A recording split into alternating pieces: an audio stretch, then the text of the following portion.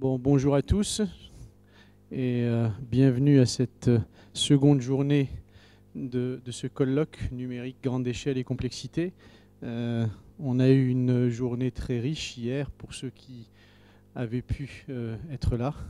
On a échangé sur beaucoup de sujets, le matin sur les problématiques des grands réseaux et systèmes, l'après-midi sur les grands systèmes industriels ou les systèmes industriels complexes.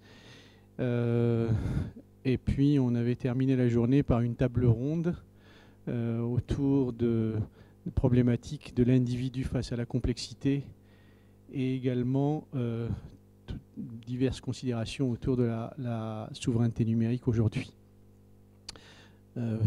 Hier matin, j'avais fait une petite introduction où j'avais fait un petit peu l'historique, une petite histoire de l'informatique en parlant de l'ENIAC et en disant que le démarrage était à 50 kilos, 50 000 opérations par seconde, c'était même 5 000 au départ, et aujourd'hui, avec le TIAN, on commence à dépasser les 35 pétaflops, et certains me disaient, mais il faut peut-être dire ce que c'est que pétaflop, parce que tout le monde ne sait pas ce que c'est, donc c'est 10 puissance 15. Donc voilà, donc ça fait beaucoup.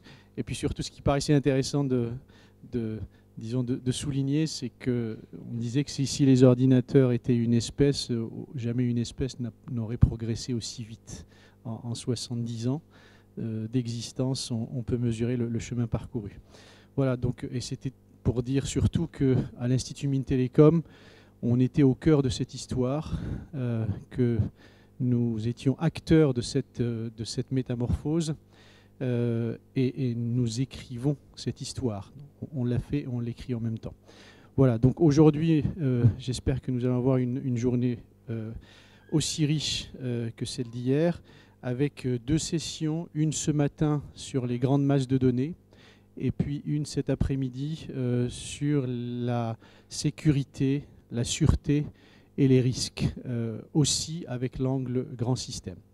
Voilà, donc sans trop attendre, je propose d'enchaîner sur la première session avec un premier exposé un peu panoramique.